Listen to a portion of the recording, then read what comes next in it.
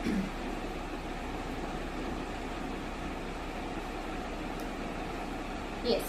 Hello मेरे प्यारे दोस्तों, आज हम करने जा रहे हैं टॉपिक जिसका नाम है समास। अभी तक हमने जो टॉपिक किए हैं हिंदी वर्णमाला का, चाहे तत्सम तद्भव शब्द परिचय का, और चाहे वो हमारे संधि का है या संधि के एग्जाम्पल्स का है, तो ये सारे जो भी प्रश्न हैं या फिर ये सारे जो भी टॉपिक्स हैं वो कोई भी जनरल एग्जाम में काम में आते हैं बराबर रूप से। और सीबीएसई आरबीएसई बोर्ड एनसीईआरटी का जो कंटेंट है सामान्य हिंदी का, वहां से ये सारा कंटेंट लिया गया है।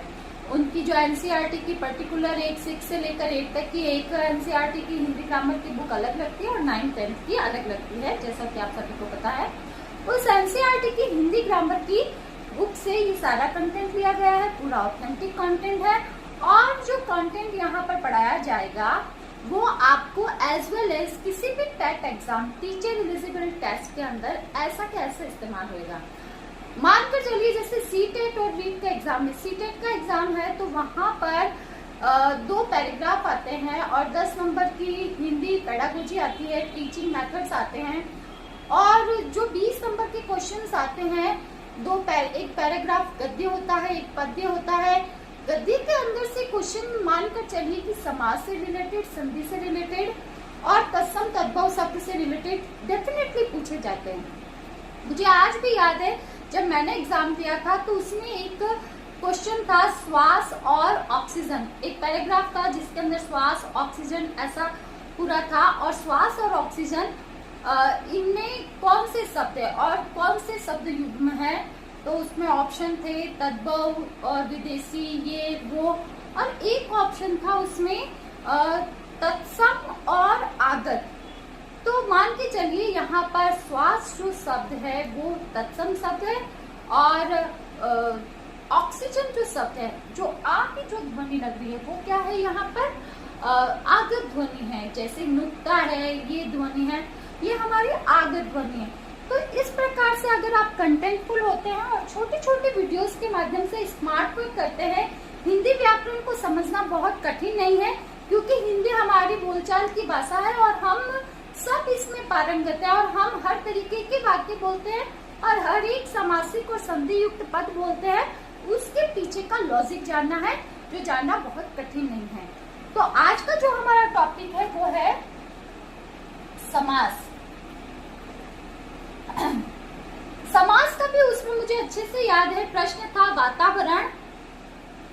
वातावरण शब्द में उसका समास विग्रह क्या होगा। प्रश्न की प्रकृति 2 तरीके से हो सकता है, जैसे एक तो संधि का भेद पूछ दिया, एक संधि विच्छेद पूछ दिया। आपसे यहाँ पर समास का भेद पूछ सकते हैं या समास विग्रह कैसे होगा ऐसे पूछ सकते हैं।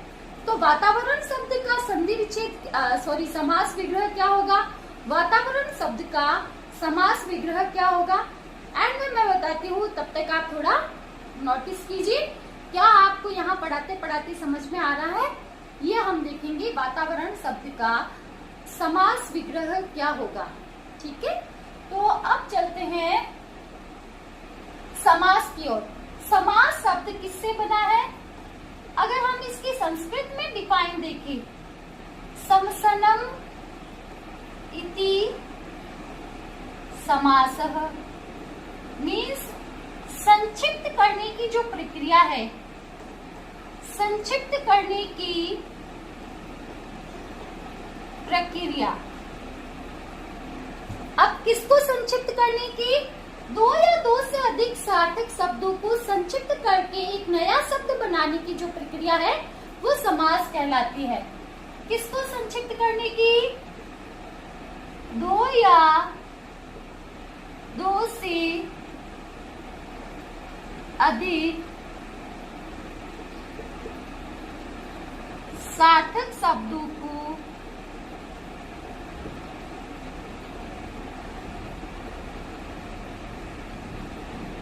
संक्षिप्त करके नया शब्द बनाने की प्रक्रिया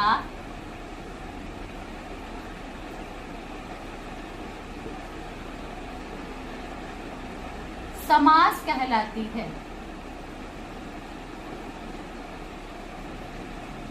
अब यहाँ पर आप अगर बच्चों, मैं आपसे रिक्वेस्ट करूंगी कि आप अपने पास एक नोटबुक लेकर बैठा करें और जैसे जैसे मैं ये नोट्स बनाऊं उसको आप एज इट इज कॉपी करें।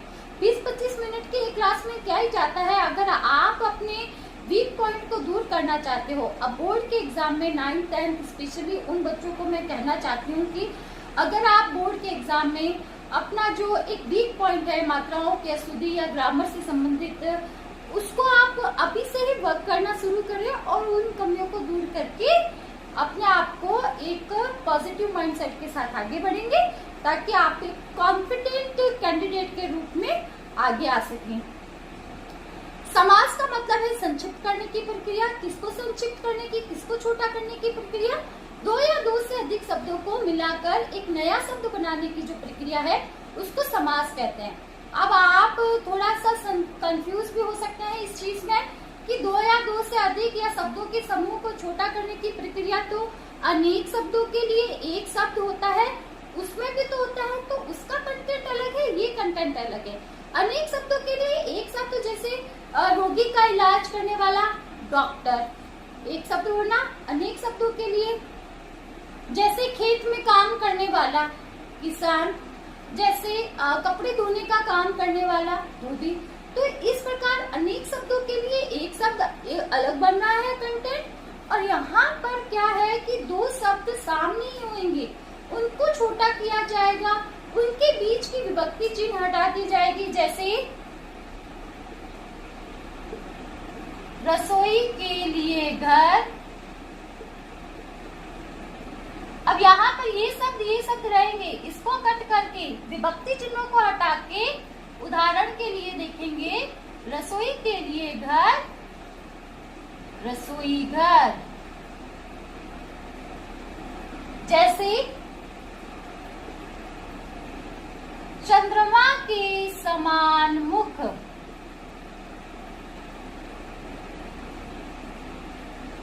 यहाँ पर इसको हटा दिया और शब्द बना चंद्रमुख।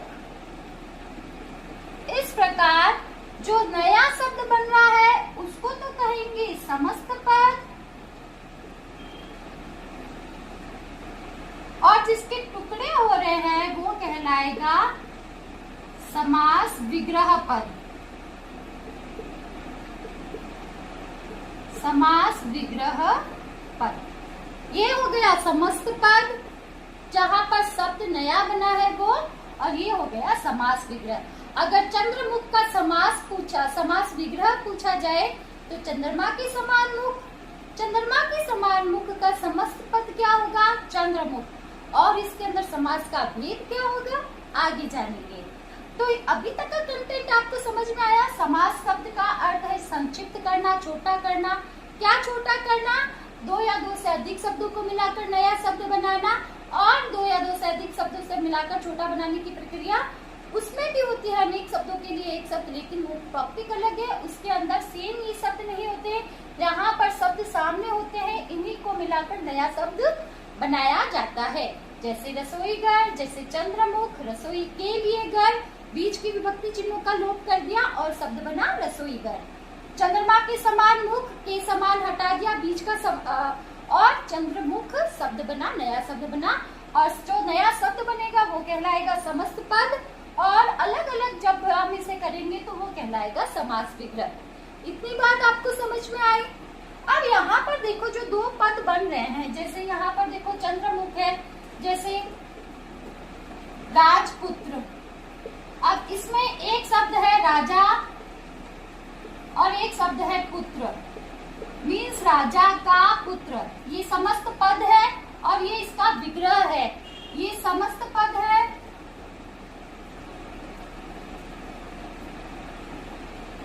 और ये इसका विग्रह है।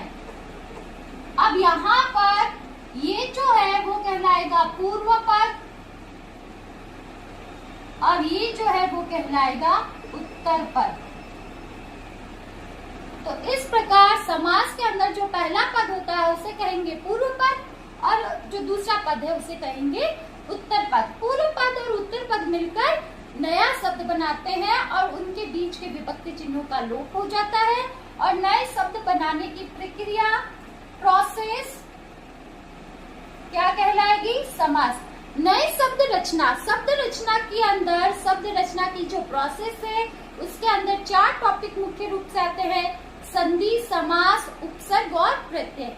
अभी तक का हमने कंटेंट देखा संधि, अब हम देखेंगे समास। संधि के अंदर मेन टॉपिक है एक अपना व्यंजन संधि, वो रह गया है लेकिन उसका अभी कंटेंट तैयार है, आगे आपकी आने वाली क्लास व्यंजन संधि की होगी।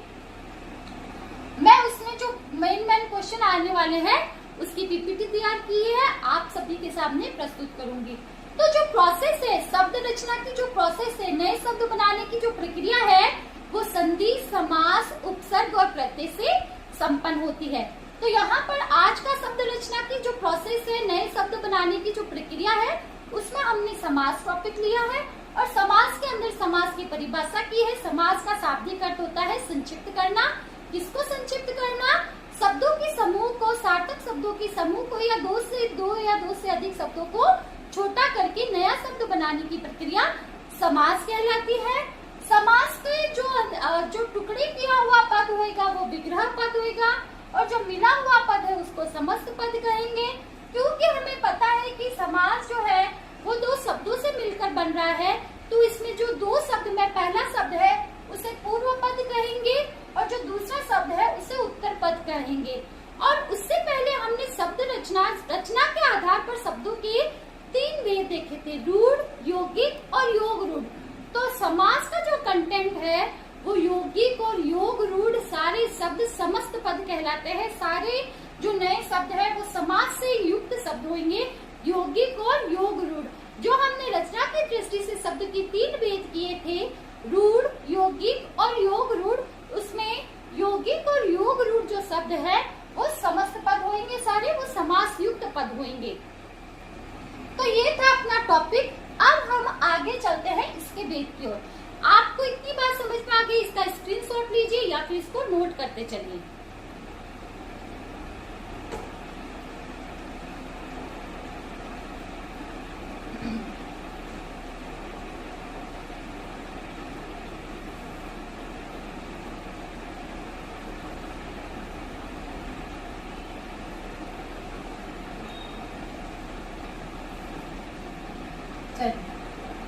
अब हम समास के भेदों की ओर चलते हैं। समास के मुख्य रूप से 6 भेद होते हैं।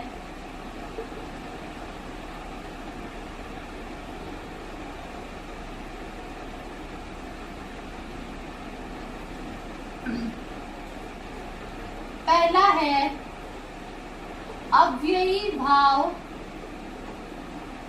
समास,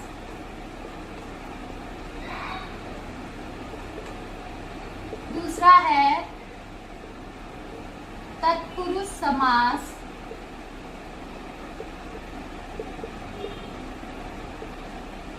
तीसरा है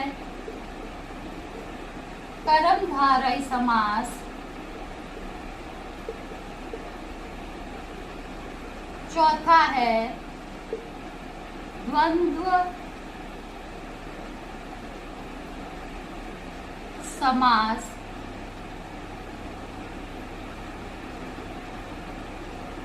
पांचवा है द्विगु समास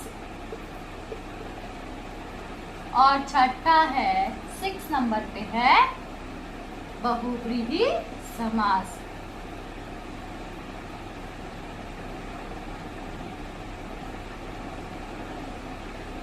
समास के 6 भेद है, अव्ययी भाव समास, तत्पुरुष समास, कर्मधारय समास, द्वंद्व समास, द्विगु समास, बहुव्रीहि समास। मीन्स समस्त युक्त जो पद है वो हम अलग अलग क्राइटेरिया में डाल दिया कि कुछ इस प्रकार के शब्द हो सकते हैं यौगिक शब्द, कुछ मिले हुए शब्द इस प्रकार के हो सकते हैं, कुछ उस प्रकार के और कुछ उस प्रकार के। तो यहाँ का जो टॉपिक अब जो आगे आने वाला है वो बहुत यूजफुल है कि आप समास के भेद की पहचान कैसे करोगे आसान रूप से। तो देखिए अव्ययी भाव समास के अंदर क्या होता है, अव्यय का मतलब होता है अविकारी शब्द। अविकारी शब्द मतलब ऐसे शब्द जिनमें कोई परिवर्तन नहीं आता। मीन्स आगे वाला जो शब्द है जो पूर्व पद होएगा वो क्या होएगा, इसका कोई ना कोई उपसर्ग या अव्यय पद होएगा, उपसर्ग या अव्यय पद होगा। जैसे आजीवन, अब यहाँ पर आजीवन दो शब्द है, यानी कि जीवन पर्यंत। इसका विग्रह क्या होगा,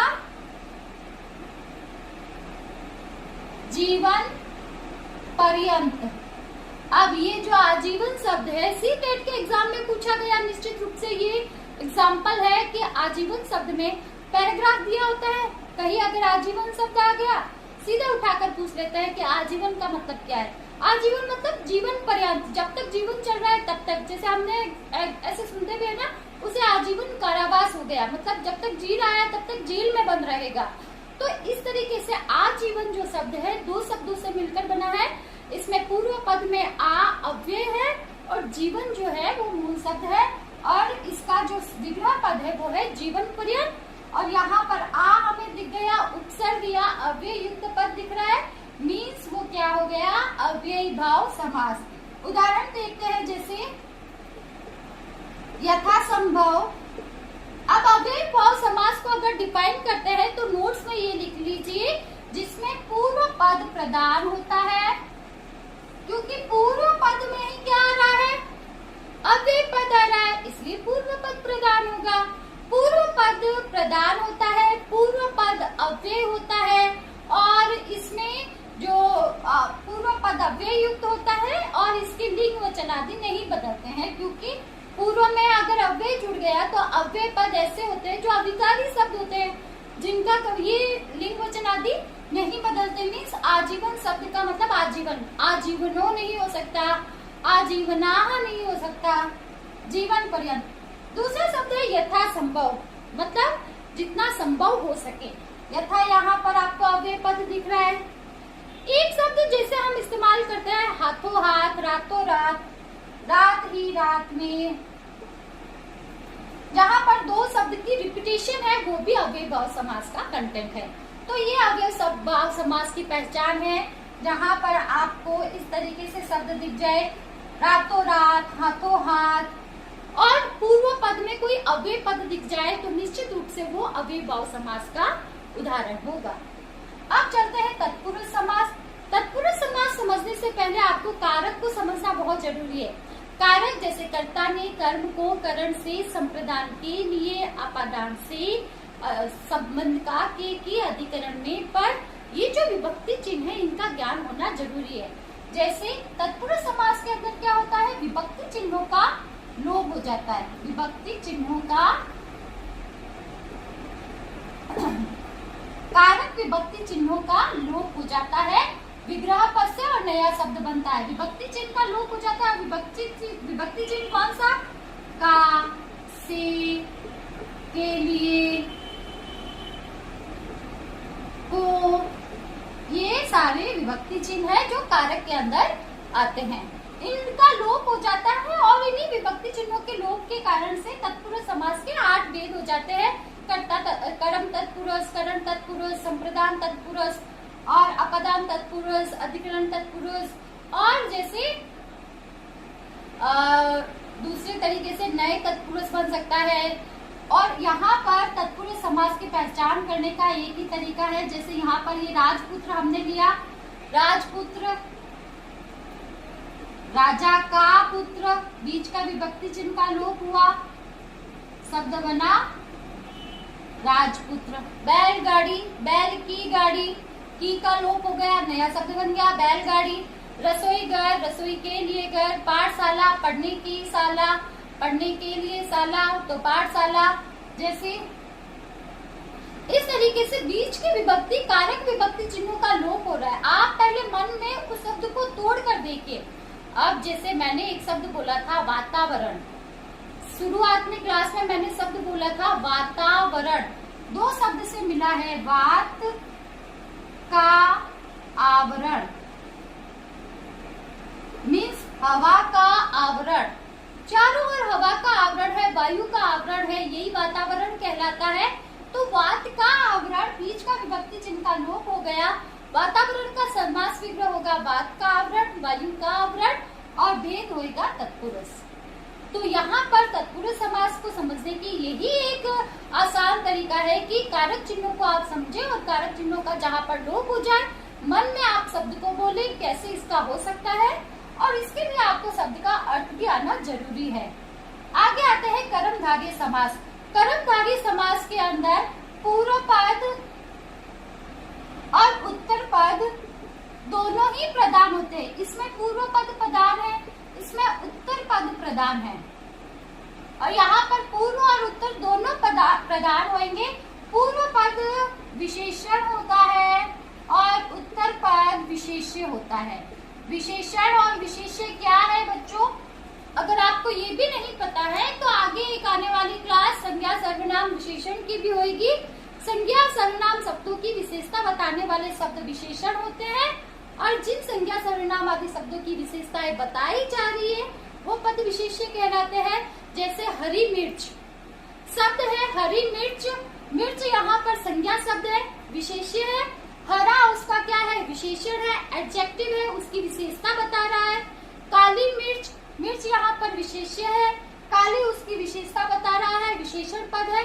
तो हरी मिर्च, काली मिर्च, काला सर्प, काला सांप, तो ये सारे जो भी उदाहरण है वो सारे क्या है? विशेषण विशेष्य है। हरी है जो मिर्च, काली है जो मिर्च, इसका समस्त विग्रह हो जाता है। जैसे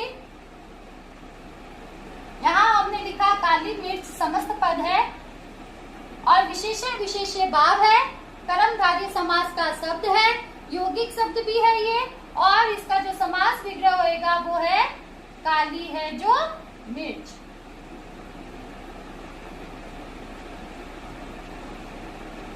कर्मधारय समास के अंदर जैसे आ गया महापुरुष। अब पुरुष यहाँ पर संज्ञा शब्द है, इसकी विशेषता बताने वाला शब्द यहाँ पर महान है जो पुरुष, तो महापुरुष शब्द बना। महान है जो पुरुष, महापुरुष शब्द बना। और यहाँ पर विशेषण विशेष्य भाव है इस शब्द में। दोनों पद में एक पद विशेषण है, एक पद उसका विशेष्य है। विशेष्य विशेषण भाव को बताने वाला कर्मधारय संपन्न यहाँ संपन्न होता है। महान है जो पुरुष,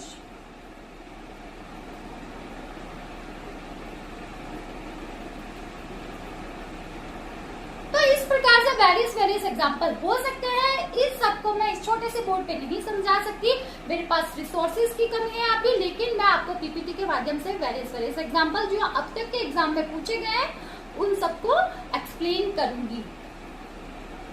तब तक आपके पास कोई भी सामान्य ग्रामर की कोई भी बुक है उसमें इस तरीके से आप इनको विशेषता से, अब आपको जैसे इनको डिफाइन करना है, पूर्व पद अव्यय होता है, पूर्व पद प्रधान होता है, और समस्त जो पद बनता है उसका लिंग वचन आदि नहीं बदल सकता। अव्ययी भाव समास हो गया। तत्पुरुष समास में कारक विभक्ति चिन्हों का लोप हो जाता है और इसमें उत्तर पद प्रधान होता है। और कर्मधारय समास के अंदर पूर्व पद उत्तर पद दोनों प्रधान होते हैं। पूर्व पद विशेषण और विशेष्य भाव लिए होते हैं, जैसे हरी मिर्च, काली मिर्च, जैसे महान पुरुष, महापुरुष, जैसे नीलकंठ, कंठ का विशेषण बता रहा है नील, नीला है जो कंठ। अब यहाँ पर एक कंटेंट मिक्स हो सकता है, जैसे महावीर, महान है जो वीर, और यहाँ पर कंटेंट मिक्स होएगा कर्मधारय और बहुव्रीहि का। ये भी यहाँ पर एक्सप्लेन किया जाएगा कि कैसे अंतर है कर्मधारय समास में और बहुव्रीहि समास में, और कर्मधारय और द्वंद्व का भी द्विगु का भी ऐसे एग्जाम्पल होगा। द्वंद्व समास, द्वंद्व समास का सबसे सरल समास है। इसको पहचानने का तरीका है, बीच में इसमें योजक चिन्ह आता है, इसमें योजक चिन्ह होता है, बीच में इसके हाइफन साइन होता है जिसको इंग्लिश में बोलते हैं हाइफन साइन, और ये जो योजक चिन्ह है ये होता है इसमें। और यहाँ पर जैसे सुख दुख, और इसका जब हम विग्रह करते हैं तो बीच में सुख या दुख, सुख और दुख, रात या दिन, रात और दिन, या अथवा, और इस तरीके से इसमें जो कंजक्शन वर्ड्स है वो लग जाते हैं, या अथवा और, या अथवा, और इसके समस्त विग्रह के पद करते समय लग जाता है। जैसे सुख दुख, सुख और दुख। जब कॉन्फ्लिक्ट बताया जा रहा है, द्वंद्व बताया जा रहा है, द्वंद्व का मतलब होता है कॉन्फ्लिक्ट, मीन्स द्वंद्व होना, मीन्स विपरीतार्थक, मीन्स ये या तो ये या ये। जैसे रात दिन हो गया। पहचानने का सबसे आसान आसान तरीका है। आपको अगर सीटेट के पेपर के अंदर अगर मान कर चलिए आपके पास कोई पैराग्राफ आ रहा है या फिर कोई कविता आ रही है और उसमें इस तरीके से हाइफन साइन वाला कोई वर्ड हो और आपसे पूछ लिया जाए सीधे रूप से कि इसमें कौन सा समास का भेद है, तो इसमें द्वंद्व समास का भेद है। इसमें दो की बात की जाएगी, सुख दुख रात दिन, इस तरीके से इसको माता पिता। द्विगु समास, द्विगु का मतलब होता है संख्या, द्विगु का मतलब है संख्या, मतलब इसमें पूर्व पद प्रदान होगा। द्वंद्व में भी दोनों पद प्रदान है, दोनों पद प्रदान है इसमें भी और इसमें भी दोनों पद प्रदान है। और द्विगु समास में पूर्व पद प्रदान होगा। पूर्व पद प्रदान का मतलब है कि इसमें पूर्व पद, पहला जो पद है वो संख्यावाची होएगा। संख्यावाची मीन्स संख्यावाची होएगा, उसमें कोई नंबर्स आएगा, जैसे कि सप्तऋषि, यहाँ पर सप्त क्या है, पूर्व पद संख्यावाची है। 7 ऋषियों का समूह इसका विग्रह पद हो जाएगा, जैसे सप्तऋषि, जैसे पंचपात्र, 5 पात्रों का समूह पंचपात्र पूर्व पद संख्यावाची है। और जैसे नवरत्न, चौराहा, 4 राहों का समूह, नवरत्न, पंचतंत्र, पंचामृत, इस तरीके से कई शब्द संपन्न हो सकते हैं जिसमें पूर्व पद संख्यावाची होएगा, वो द्विगु समास का उदाहरण है निश्चित रूप से। बहुव्रीहि समास, अब यहाँ का जो कंटेंट है इसमें कोई अन्य पद ही प्रदान होगा, ना तो पूर्व पद प्रदान होएगा ना उत्तर पद प्रदान होएगा। पूरे जो नया शब्द बन रहा है उसे कोई अलग ही अर्थ निकलेगा, जैसे लंबा है उधर जिसका, क्या शब्द बना, लंबोदर। किसके लिए ये फेमस है, क्या अन्य अर्थ निकल रहा है लंबोदर से, गणेश का। गजानन, गज है आनंद जिसका, दशानन, 10 है आनंद जिसके। अब यहाँ पर देखो, गजानन, गज है आनंद जिसका, गज है मुख उसका, आनंद का मतलब मुख, हाथी का मुख है जिसके लगा हुआ कौन, गणेश। अन्य अर्थ निकल रहा है, 10 है आनंद जिसके, आनंद मतलब मुख, जिसके 10 मुख है। दशानन किसके लिए फेमस है, रावण के लिए। अन्य अर्थ निकल रहा है। उसी तरीके से यहाँ पर लंबोदर, लंबा है उधर जिसका, ऐसे तो लंबे उधर वाले बहुत से लोग हैं, लेकिन रूढ़ किसके लिए हुआ है, ये प्रचलित किसके लिए हुआ है, लंबोदर कहते हैं गणेश के लिए। अन्य अर्थ निकल रहा है। यहाँ पर जो लंबोदर है, उधर है लंबा, मतलब यहाँ पर क्या हो रहा है, विशेषण विशेष्य भाव भी हो रहा है। मतलब उधर यानी कि पेट, पेट को क्या कहते हैं, लंबा, पेट की विशेषता बताई है लंबे से, तो लंबा विशेषण पद हो गया, उधर विशेष्य पद हो गया। विशेषण विशेष्य भाव भी है। लंबा है जो पेट करेंगे तो कर्मधारय पद, और लंबा है उधर जिसका करेंगे तो बन जाएगा बहुव्रीहि का कंटेंट। उसी तरीके से महावीर, महावीर हनुमान जी के लिए भी अन्य अर्थ निकल रहा है, तो वो शब्द हमें विग्रह से पता चलेगा। महान है जो वीर महान है जो वीर तो महावीर, और कर्मधारय का उदाहरण, और महान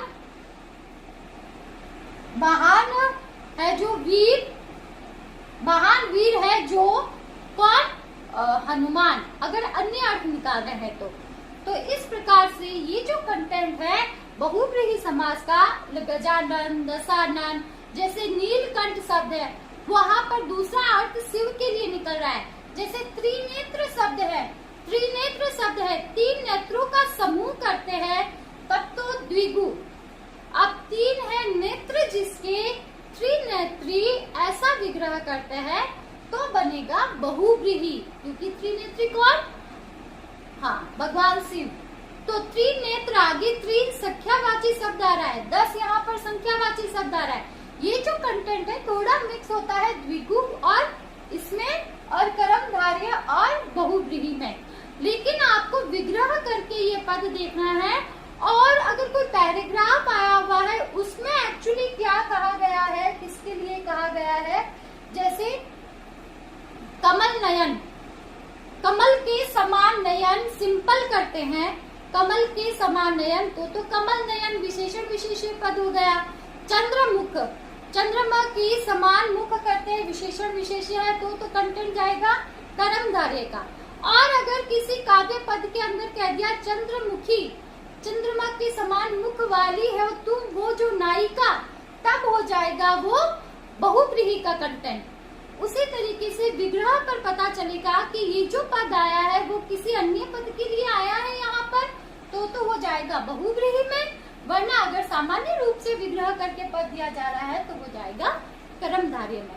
तो इस प्रकार समास के 6 भेद संपन्न होते हैं। ये समास को सरल रूप से जानने की एक ट्रिक है, इसको आप बहुत ही आसानी से समझ सकते हैं। इस क्लास को आप 2-3 बार देखेंगे तो आपके लिए डेफिनेटली बेनिफिशियल होएगा और आप मतलब जो सामान्य से सामान्य लोग हैं वो भी समास के 6 भेद जान सकते हैं।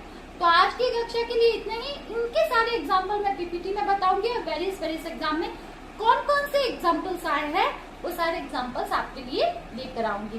तब तक के लिए धन्यवाद।